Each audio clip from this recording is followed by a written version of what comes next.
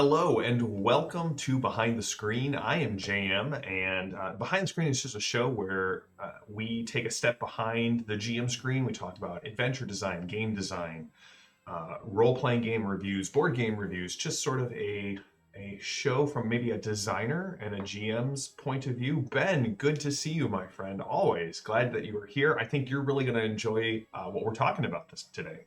So let's take a journey back about 20 years ago. In Bob, also good to see you. So in 2003, this is the height of the OGL and 3.5 D&D. I'm working at a game store. And I find this book called Fantasy Flight called Midnight. And this is a time when there's a ton of glut in the D&D community. There's just everyone and their mothers are publishing supplements and campaign settings. And Fantasy Flight at that point, it's kind of hard to believe, was a very small company that I think was really only known for their Call of Cthulhu publications. And so they were coming out with new board games. They had like Descent and Twilight Imperium and all of this fun stuff. And they put out this RPG called Midnight. And so it was for 3.5 D&D, and I was vaguely aware of it until it finally came in and I finally looked at it. It was this great black book, really like almost heavy metal style art in it. Thanks, JD. I had my son Zane came out and helped me focus cameras this morning.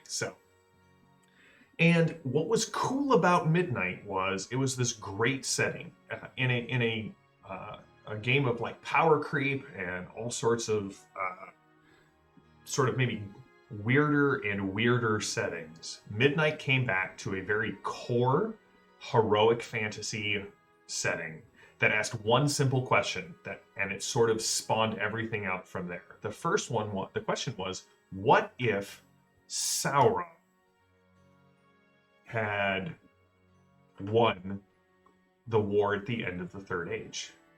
And that was the premise that then exploded into this setting of Midnight. And so Midnight was this D&D setting where the gods existed, and before the First Age, there was a war in heavens, and the gods took the god of evil, Isrador, and the god of evil and corruption. They cast him down to Earth to basically punish him and teach him humility and mortality. But being the god of evil and corruption, at the last second, he corrupts the god's work and closes this world off from the planes. And so the gods can look on their creation, but they can't interact with it.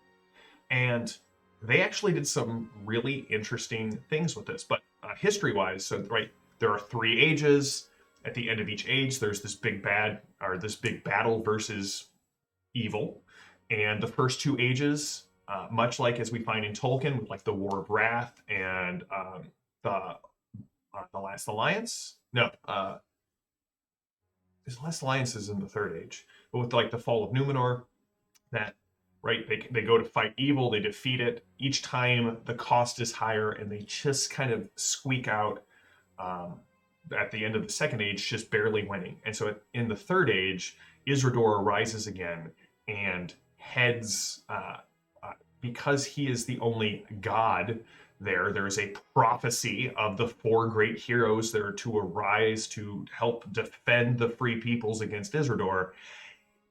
And using the prophecy, he identifies these 4 heroes and corrupts each and every one of them. And so the Third Age ends with the 4 heroes that are supposed to defend the free peoples end up on the side as Night Kings, as on the side of shadow, and we're in the last age. Everything is corrupted. Not everything is corrupted, but everything is sort of oppressed by Isrador and his clerics, which are known as legates. So there's no interplanar travel. There's no summoning. They kind of extrapolated this all out. There's no summoning. There's no resurrection because there's no way to contact the gods. You can reincarnate. That's about the only thing you have going for you. The only clerics are evil. There's no any class that relied on like connection with the gods is gone. But they added this thing called heroic paths. And so essentially, the earth itself is starting to rise up against Isrador and blesses the heroes with these like kind of overlays. So like maybe you're a bestial hero and you're becoming more feral as you level up and you're gaining more power. Or you're a prophetic hero and you have this connection with prophecy. Maybe you're a beastkin where like the animals of the forest and the dire animals kind of see you as one of their own and join. And so there's a lot of cool mechanics in there. There's a lot more undead in Midnight, or there was, because souls have nowhere to go. The world is sealed, so the undead come back more and more. The elves feel so much more Tolkien-esque than they do Forgotten Realms, right? You have like snow elves and high elves and wood elves and sea elves, and they're all ruled over by the Witch Queen, who is very much Galadriel. And the heroic path idea was great then. And the bad guy, Isrador, was not a passive, mustache-twirling evil guy. He had a plan. Essentially, each of the temples of Isrador had this thing called a black mirror. And it was draining the arcane energy from the world. And the idea was Isrador, if he built enough of these temples, if he spread his worship throughout the world, he wanted to basically use the magical arcane energy of Earth to fuel. It would burn Earth to the ground, but it would fuel his apotheosis and his re-return to the God's realm, and he could break free of the prison that he sort of helped lock the door behind and ascend back to godhood, basically destroying everything the gods love. And I loved this game. There were box sets, there was campaigns. Every book sort of advanced the storyline. You had, like I said, you had multiple different versions of elves. The dwarves were very dwarvish, two different types of dwarves. But the orcs of the game, you could play as an orc, but were almost all dominated by Isrador. There were a handful who had kind of come to believe in the true mother and walked away from Isrador. Orcs were if Tolkien had elves being corrupted and twisted to become orcs, Midnight used dwarves as the base stock. So you also had these weird dwarf-orc hybrids from the Wars in the Mountains.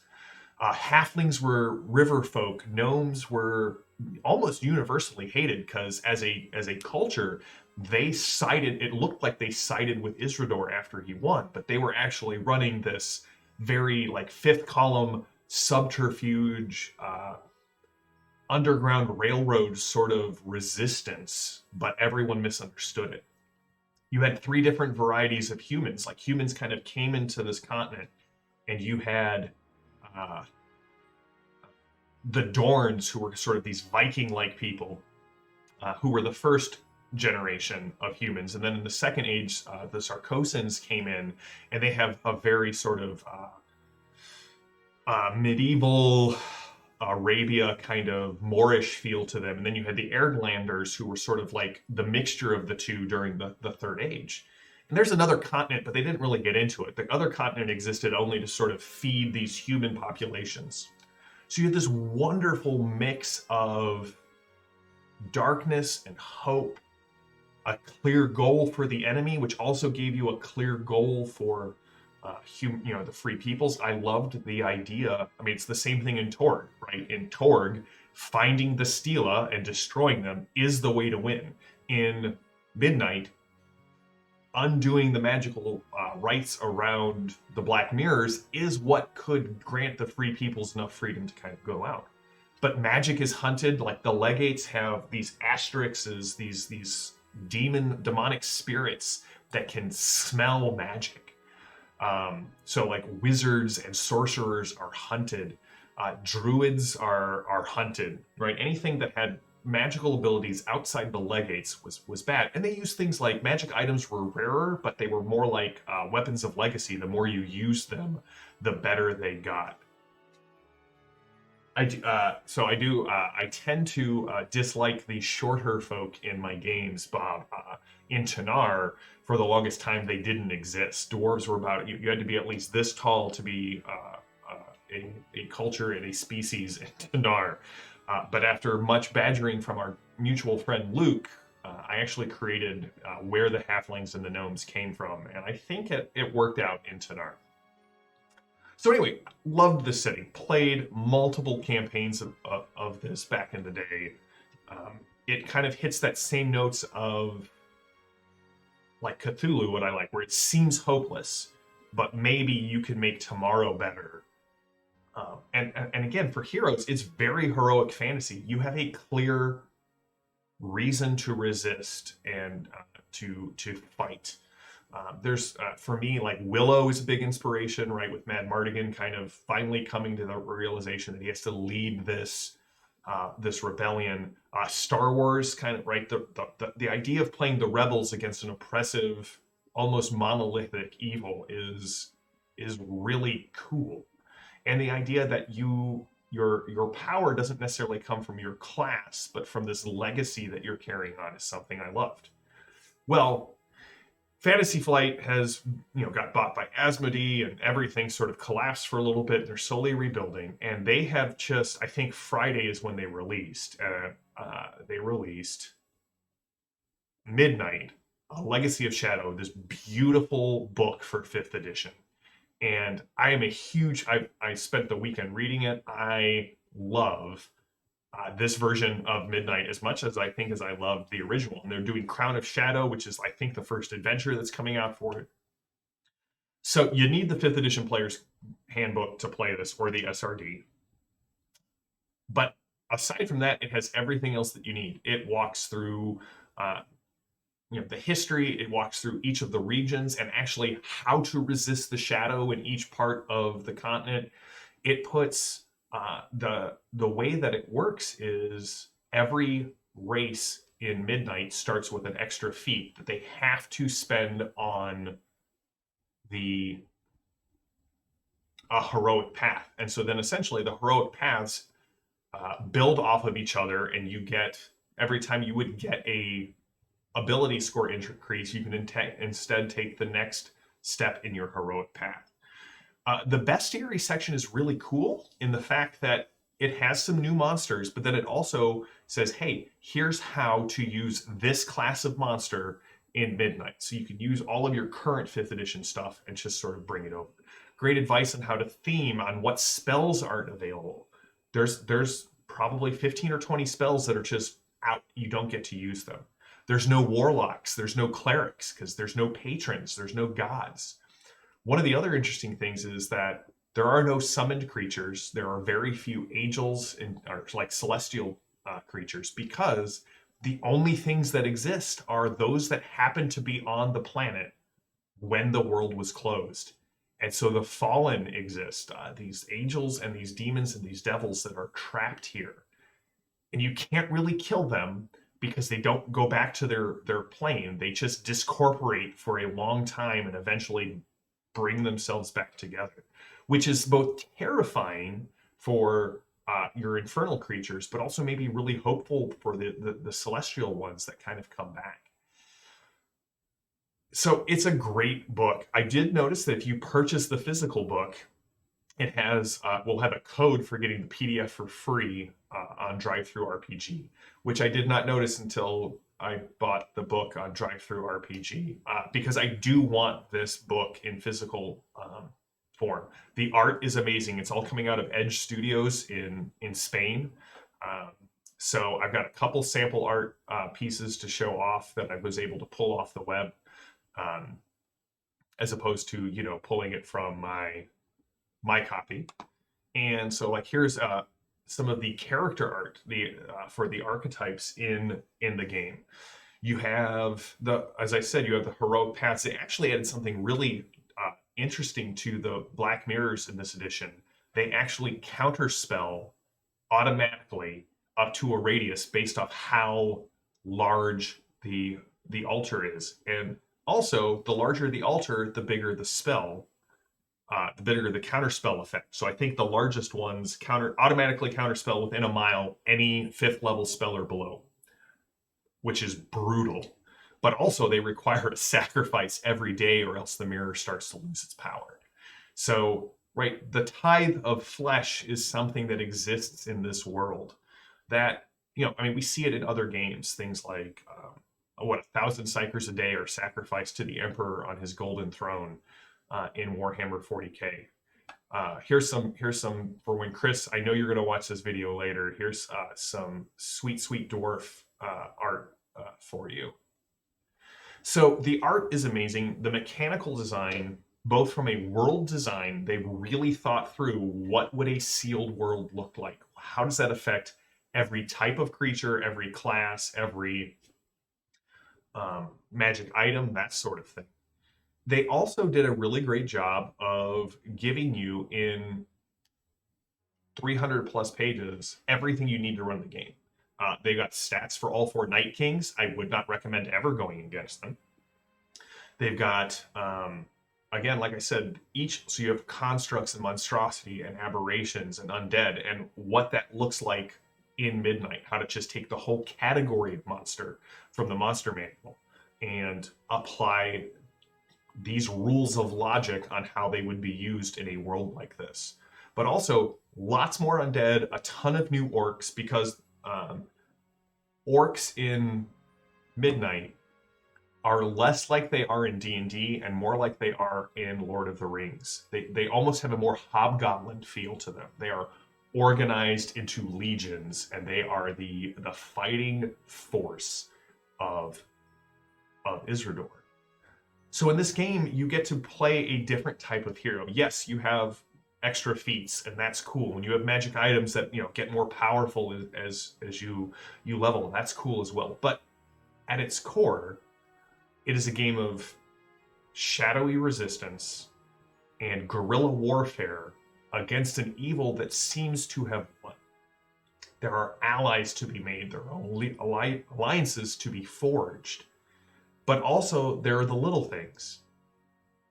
Making sure that a village hides their grain so that the legates don't steal all of it for the tithe. Rescuing people from the legates when they come through the village and take the tithe of flesh to go sacrifice to the Black Mirrors. Maybe destroying a Black Mirror in your area. It's got a lot of depth in a way that some of the other settings for 5th edition don't, right? Some of the settings for 5th edition like to go broad, which is fine. Like, it gives a good palette for the GM to find their inch of ground and dig down.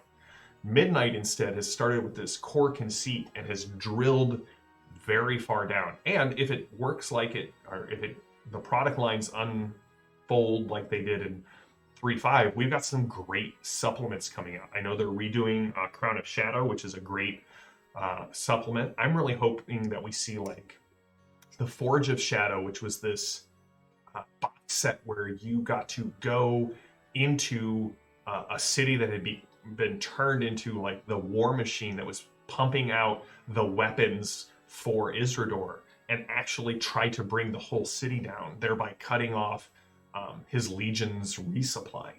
So if you like this idea of like deep, strong grassroots resistance against an evil power, check this out. It is a very black and white world. There's a lot of themes that they talk about, and they give you some good advice on how to handle sort of these very dark themes at your table. Because again, what do we have? We have slavery, we have forced tithes, we have human sacrifice as core ideas of how the world works.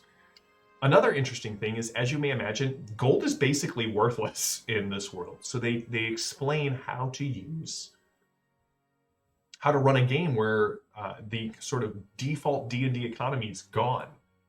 It's barter, it's favors, it's steal. Like, what can we trade that actually has value in a world that has gone wrong? Ben, I know you have a huge love of post-apocalyptic literature. Midnight is a post-apocalyptic fantasy setting. The Third Age has ended, and in fact, we're not in the Fourth Age. We're in what is called the Last Age. And so it has a lot of post-apocalyptic feel to it, right?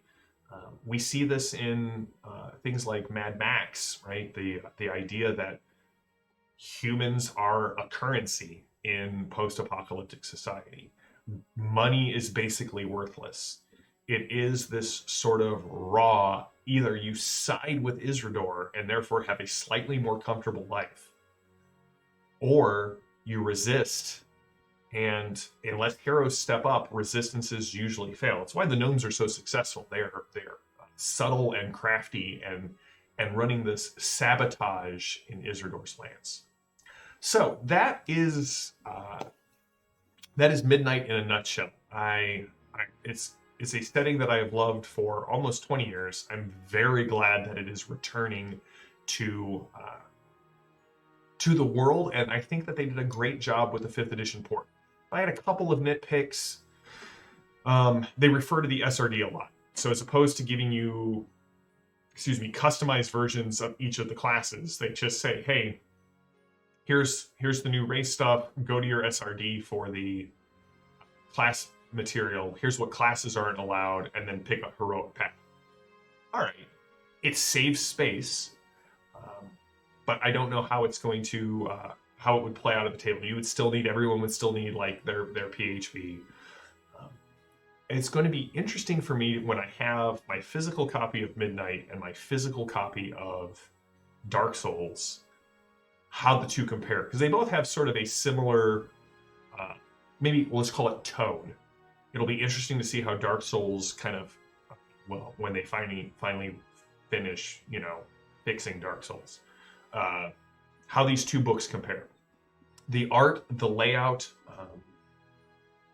it's just gorgeous in Midnight. Edge Studios has always done amazing work, all the way back to when I was playing Anima, something that I thoroughly loved coming out of Spain at that time. A really weird Final Fantasy game that should not have been as good as it was. It was super crunchy and wildly impractical with its subsystems, and yet my group fell in love with it and we ran it for a really long time. But again, the art, Ben and I have talked a lot about, and Bob, we should drag you into some of these conversations. How, man, I would argue that games coming out of Europe just have substantially better art than games produced in the US. The two companies that I think have consistently above average or superior art really are Chaosium now and Paizo. Paizo's art standards have gone way up, and I think Wayne Reynolds' art has a lot to do with that. The new stuff coming out of Call of Cthulhu, like the monstrous Malus Monstrum or the new Cults of Glorantha book that are coming out, they're raising the bar. But yeah, and they have a much better art heritage in the US or in Europe. Bob, you're 100% right. They're less likely, how do I want to put this? They are less likely to rebel against traditional art styles than they are in the US.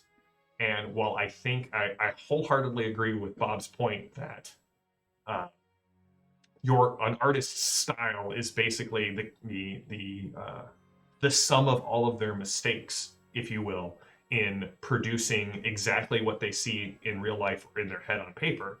It's your style is that it's this very personal and individual thing. I think sometimes in the US, especially with the rise of modern art and postmodern art, we have lost the idea of what makes something truly beautiful. Bob and I have had, and Ben and I have had tons of talks. Yes, Ben, I agree. They do a really good job of capturing the essence of something. We were just talking about this yesterday, like how Symbaroum, even though it has a very impressionist style, Bob, Symbaroum has a style very reminiscent of like the Guild Wars 2 art style. It gives you this immediate connection with the setting, and gives you this very, like, Symbaroum is another game where it's very dark. You're going out into the woods of Symbaroum and you don't know what you're going to find. And man, it is just beautiful. And they actually now have the Ruins of Symbaroum is coming out, and it's going to be a 5th edition product. I probably will do a review of that on the show as well, because I really enjoyed Symbaroum, the setting, I just flat out I do not like games that have 100% player-facing mechanics because, gosh darn it, I like rolling dice. We played like a three-year game of Cypher that Ben was a part of, and by the end of it, I think we were all ready for everyone to be rolling dice. Yeah, thanks Ben for spelling that here for Bob. Bob, if you, I know you have a group of players who are deeply bought into the 5th edition economy, so you should definitely check out Ruins of Symbaroum. And again, the art is just, it's just gorgeous. And here's the thing, Ben brought up a good point when we were talking about art yesterday.